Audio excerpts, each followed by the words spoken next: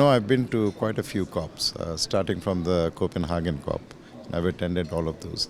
I think the leadership that UAE is providing is exceptional.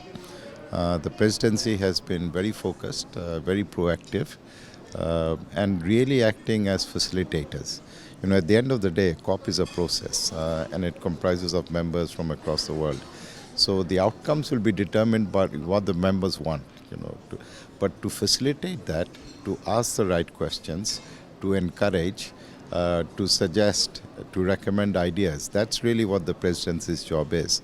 And I think they've been very inclusive, they've been very clear about what the expectations are, what is expected of the parties.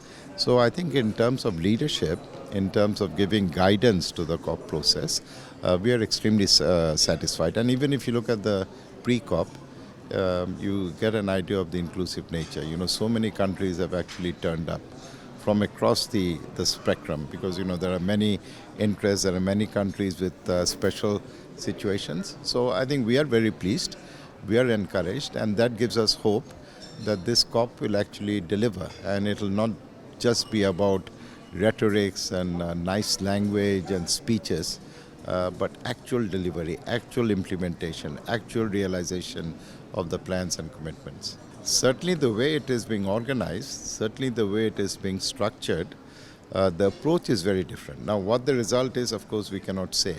But I think in terms of facilitation, we could not have asked for anything better or more ambitious and even more practical. Climate change is a global problem. It requires a global fix. So it is not what an individual country wants. It is what is good for the world, what we need to have a sustainable future. And science is telling us very clearly where we need to go. So there are a number of areas. First, I think if you're looking at the temperature goal, it cannot exceed 1.5. And even 1.5 is not a safe level. Look at the devastation that is being caused in the world today at 1.1 degrees Celsius. So that is number one. Number two is the finance has to be delivered, because promises have been made and they are not kept. So I think you have a huge trust deficit. People talk about the emissions gap, about the financing gap, adaptation gap, but to me the biggest gap is the gap in global solidarity. So that is important. Loss and damage, of course, we took a historic decision in Sharm el-Sheikh. That has to be made operational. There has to be money in the bank, and countries must be able to access it. Of course, we also have the global stock take, which is being considered, the global goal on adaptation. So what Bangladesh wants is what every country in the world should want. Well, because we are at the receiving end of climate change. We have contributed least to the problem. The emissions of Bangladesh are 0.46%, 0.46, not even 0.5%, and yet we are the most impacted. So there is a huge issue of climate justice.